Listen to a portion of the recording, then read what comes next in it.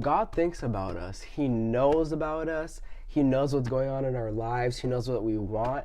He thinks about us every single chance he gets. Psalm 139, verse 17 through 18 says, "How precious also are your thoughts to me, O God. How great is the sum of them. If I should count them, they would be more in the number than the sand."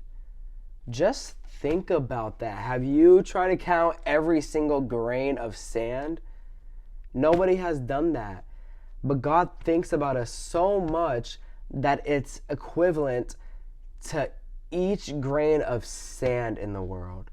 That's a lot of thinking. Like, you got to think about somebody a lot for that to even come close. But God thinks about us so much that it would be more in number than the sand, it says. More than sand.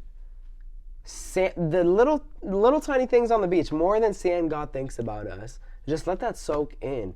So when we say God is not in favor for us, or when we say, oh, he doesn't know what's going on, yeah, that's a lie, because he is thinking about us so much. He knows every intricate detail about our lives. Verse 1 in Psalm 139 says, "Oh Lord, you have searched me and known me."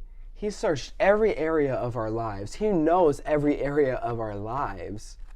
There's so much, there's security in that. There's security in knowing that my God, my Heavenly Father, knows everything about me and I don't have to hide anything from him. And that should create like a safe space for you and him for prayer, because I think sometimes we don't want to tell God a few things about our lives because it's maybe uncomfortable and it's just weird, but he knows it already. He knows every little thing about us.